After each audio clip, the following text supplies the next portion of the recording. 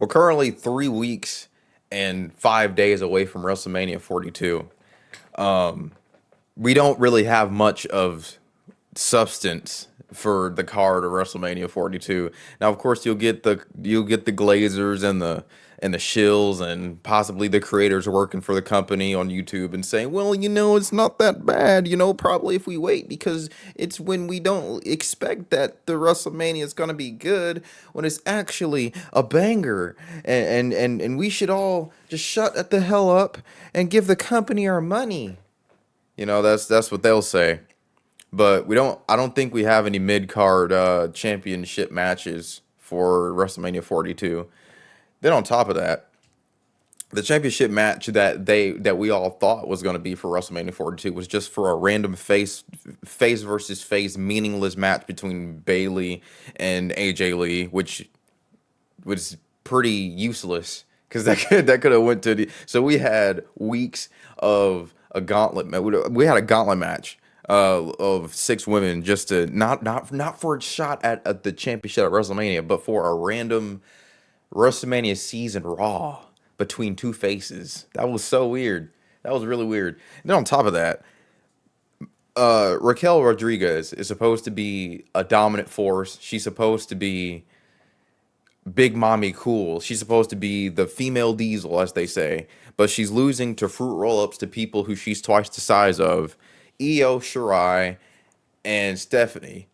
Which makes zero sense. You beat her by a fruit roll. That makes no sense. Now on top of that, she's losing in a meaningless match between her and Stephanie in a street fight. Pinned there just to be pinned by Stephanie again. So the next time because Stephanie can't lose going into this match with Liv Morgan. But the match with Liv Morgan is probably be okay. But at the same time, their feud, their rivalry. I hate saying feud. Their rivalry for WrestleMania 42 is lifeless, is soulless as hell. So, not really sure, I'm not really sure who's too enthused about this match. Well, the story, I mean, the match is going to be solid. Liv Morgan is a ring general. Liv Morgan has insanely improved.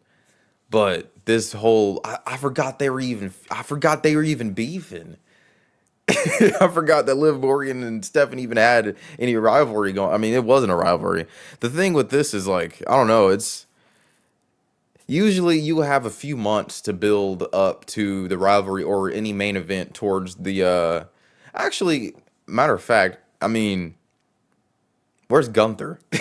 Gunther, he hasn't been seen in a while, but he's the same man who retired Goldberg. He retired John Cena. He retired AJ Styles. He's reportedly supposed to retire Rey Mysterio, which I don't think should happen. The WWE dropped the ball and they failed miserably with this career killer gimmick.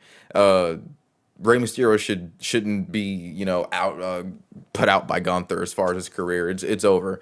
Gunther, he feels like he feels mid. He feels like a jobber. He feels insignificant compared to what he could have been.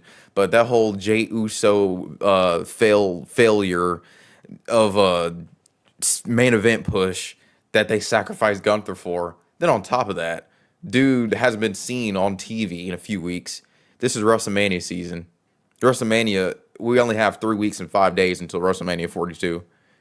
So anything that they have for him now will feel rushed. And when something feels rushed, it's hard to get into it. I heard there was a rumor of Seth Rollins and him supposed to be going at it, but I heard the same thing last year actually. But Seth Rollins and Gunther haven't had an interaction since July of 2025.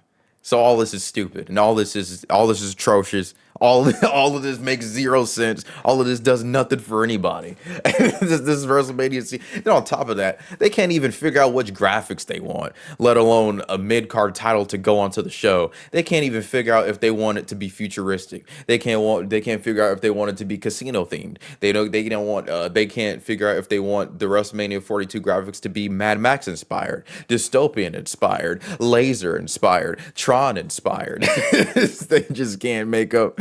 They can. Then on top of that, we have Finn Balor and Dominic Mysterio in a rivalry after Finn Balor was booted from the Judgment Day. And then you put the title on Penta. Penta, who has zero rivals, zero enemies, zero creative direction, and zero story. Perfect sense. And then, of course, I know the modern fans are going to say, oh my gosh, see, look, who cares about the story between Finn Balor and Dom coming to an end at WrestleMania? We need Penta having bangers every week. We don't need no stories.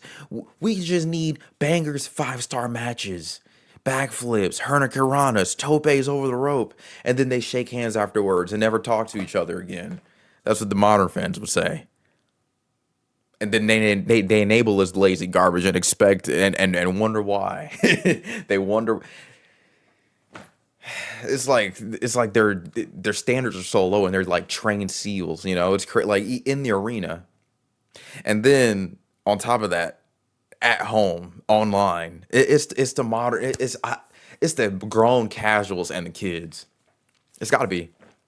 There's no way that you'll be okay with constant open challenges. That's what they're doing with Melo. Melo has constant open challenges, and his title reign feels lifeless. No story. The only story is Ilya wanted his title shot, and then he kept denying his title shot because he said, I'm fighting myself. And then he stopped fighting himself, and then we have Melo and Ilya for like the fourth time. I want to see that match again. I mean, I don't. It's a good match, but and it's sad that you got to explain it to the modern audience. Well, why are you hating? It's a banger. It doesn't matter if it's a banger. There's nothing new that can come from come from them fighting again. Two faces on top of that. There's two faces, two good guys, and they shake hands afterwards. Mutual respect. Where do they go with Melo from here? Melo has had zero substance with his United States Championship reign. I mean, the only interesting thing that they could do differently is Melo wanted the United States spinner back. Just give that to him or something, or just because this is the same stuff all the time. It gets repetitive, and they want that for Penta. I wasn't hyped for. I was rather indifferent about Penta winning the Intercontinental Championship because I knew that if it was just for shock. That's all, just for shock. But also because so they can say, well, Finn cost him the championship. Yeah, but now the championship's on someone who they have nothing for. They've had nothing really for Penta since he got to the company. The only thing they've had for Penta is multi-man tag matches and fighting the New Day and Grayson Waller for like 500 years. And that's it. He was gonna be with his brother, but then he got injured in the last Time Is Now tournament, and then they just completely forgot that they were gonna do it.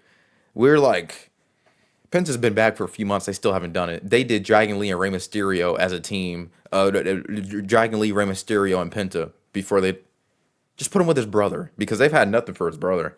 His brother. Give him the Undertaker because Ray Phoenix feels like how he should in AAA. I just don't understand. I just don't. And he, nothing makes sense for this WrestleMania season, man. It's really unfortunate. And then we had a six woman gauntlet match. I thought it was gonna be for a shot at AJ Lee at WrestleMania. Finally put the championship of a mid card division on your show because they don't even know they don't even have plans for LA Knight or anyone else. Anyone in the mid card for the for the mid card championships for WrestleMania 42. So I thought they were going to do that. Have AJ Lee, have her on a card, have her on the card on one night, night one or night two for WrestleMania 42. But no, it was just for a random Raw after, and they're going to run back a match that they have like 2012 or 2013, 2014 between Bayley and AJ Lee in NXT. No one's talking about that match now. Nobody. They just do things. They're booking short term. They're still booking short term for WrestleMania season. I seriously thought, like, no joke, I thought that we were like that open challenge for AJ Lee. I thought that was going to be at WrestleMania. It's just like Brock Lesnar. His open challenge was for WrestleMania. Her open challenge was just for a random Monday Night Raw against another face. Bailey ain't no bad guy yet. I mean, you can tease it all you want to, but we saw where teasing gets you. It gets you. People stop caring about it, and then it's kind of like how Chad Gable, his momentum was ruined by Triple H, and then it was, I remember it was Alpha Academy and Chad Gable, he was feuding with Otis, and then they kept having Chad get into Otis's face and slapping him around. And then once Otis finally turned on Chad, we got a big pop, and then that led to nothing. And then they had a match 6 months later after the rivalry had ended, and nobody cared. That was so sad because I remember wanting Otis to finally turn face on Chad, and then they did it, and then they just didn't lead, and then they didn't follow up to it, and so that was so sad. I remember they had it on a Raw. They had Otis versus Chad Gable on a random Monday Night Raw, and the crowd didn't care. That was one of the biggest rivalries in WWE at that point, though. That was so sad. And then on top of that, we got Roman Reigns and CM Punk. Their promo from last week. You're old, but in the same promo, Roman just talked about AJ Lee. Last time I checked, AJ Lee and CM Punk are married.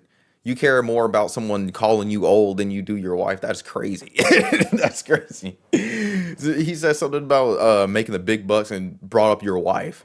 He was like, but then CM Punk, as soon as he hears you're old, he goes like, and then punches him in the head. Like, you'd think that you you think your wife's name coming out somebody's mouth. I mean, look what happened to Chris Rock and Will Smith.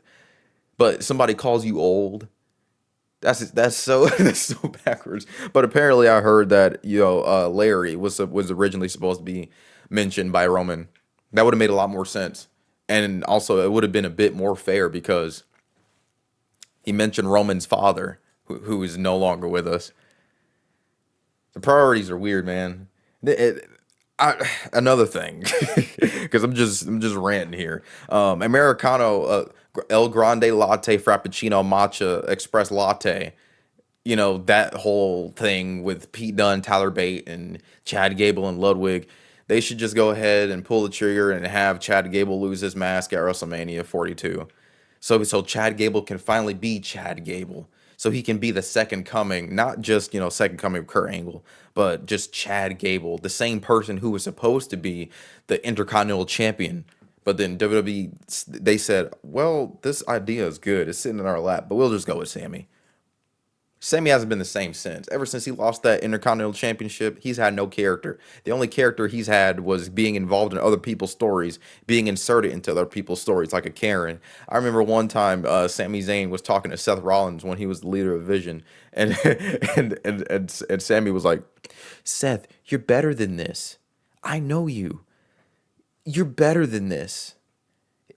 Like Sammy would approach every single heel backstage. He'd be like, Braun, you're better than this.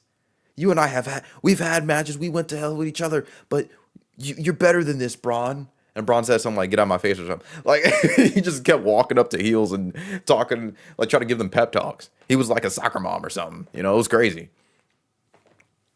I don't really care about Sami Zayn and his character now.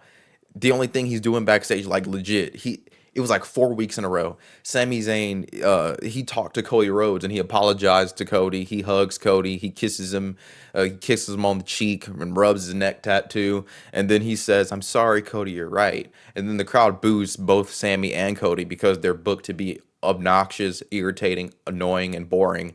And then Sami Zayn, he says, damn it! And then hits a cup or something. I remember one time the cup was red.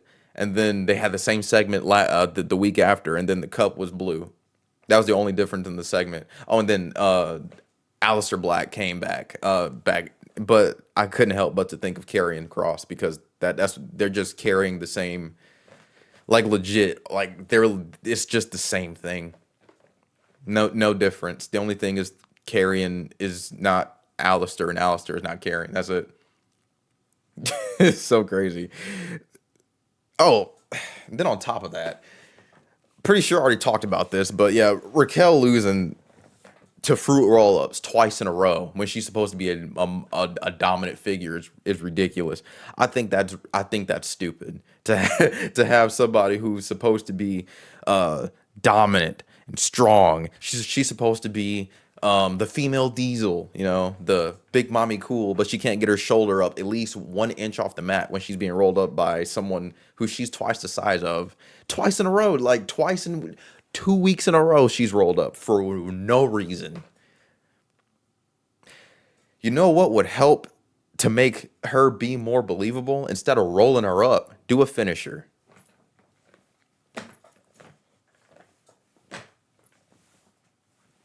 Not just beat her to a pulp, but like, have her go, have Raquel go for her finisher, and then or have her like trying to shoulder tack you into a corner or something, then you block it or something, or send her flying into the post and do her finish. But having Raquel being rolled up twice in 2 weeks makes her look like a fool. It just does.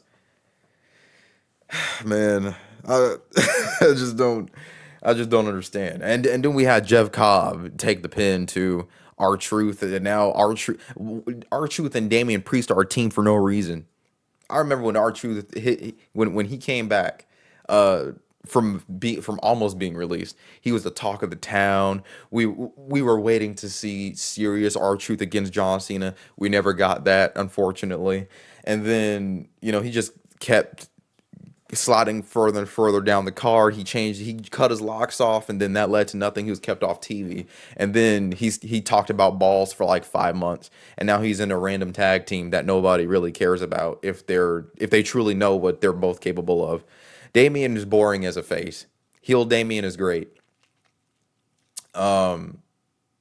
I like, honestly, me personally, I'm more of a fan of the Archer of Infamy instead of the bisexual Undertaker, but that's just my preference. But I mean, they're tag team champions again.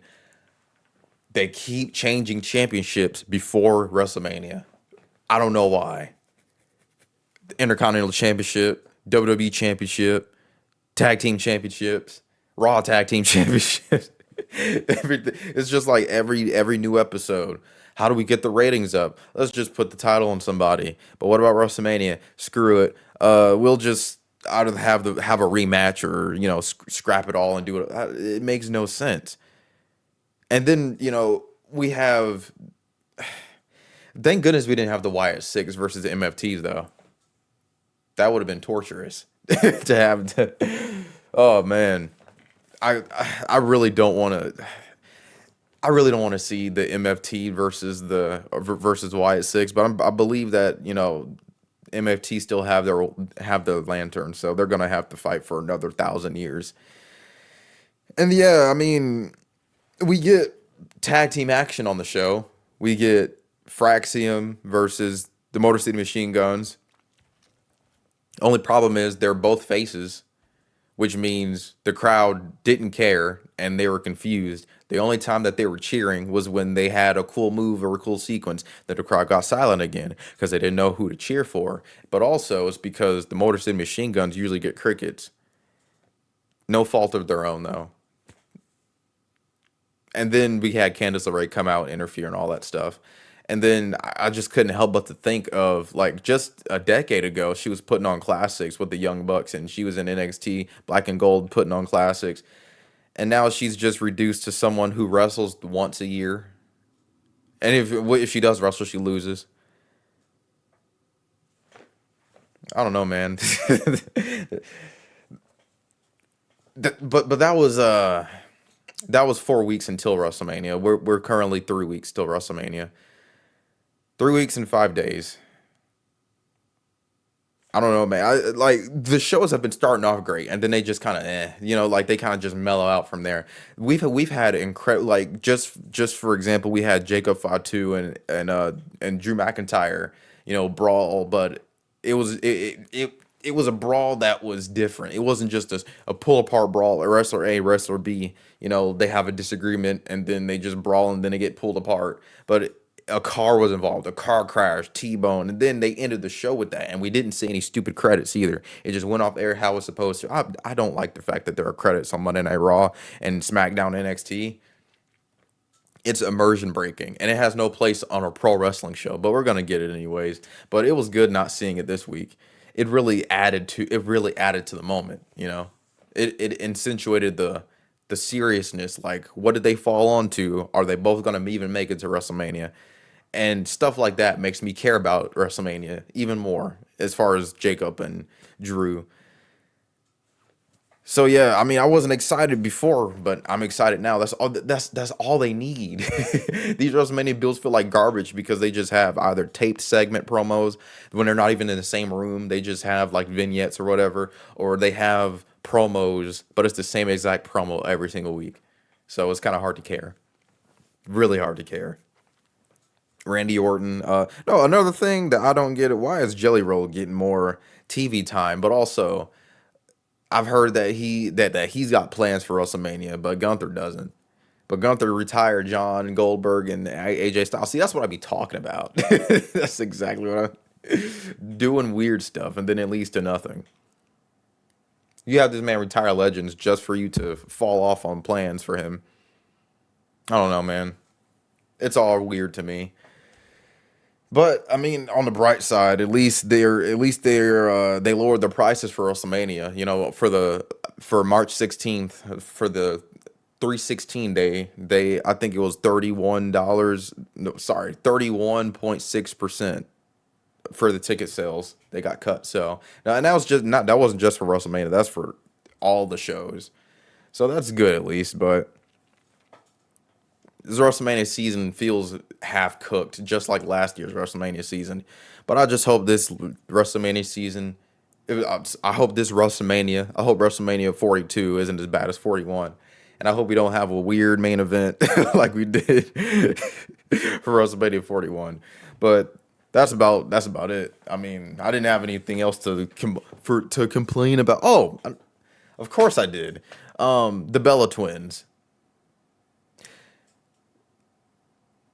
They're lazily written because they had this match with no real build up, so it just made it look like they just got a championship opportunity out of nowhere. The last time I can remember the Bella Twins wrestling together as a team was like 2018. I think that was like Memorial Day or something when Bree kicked Liv Morgan in the face and had her slumped. So do you mean to tell me that there? It's the story, though. You know, it's just the logic. It makes no sense. They automatically get a championship title match and all that stuff. I'm like, bro, of course it's going to end in like a count out or a DQ or something, but the lack of writing is like the lack of creative writing for them is kind of interesting. And of course, Randy Orton doing what he did to Matt Cardona. And the crowd's still not going to boo him because, well, first off, you know, Cody Rhodes, I'm pretty sure he hasn't been pinned clean since he got back. He's been pinned, but it's usually been through shenanigans and antics and stuff like that.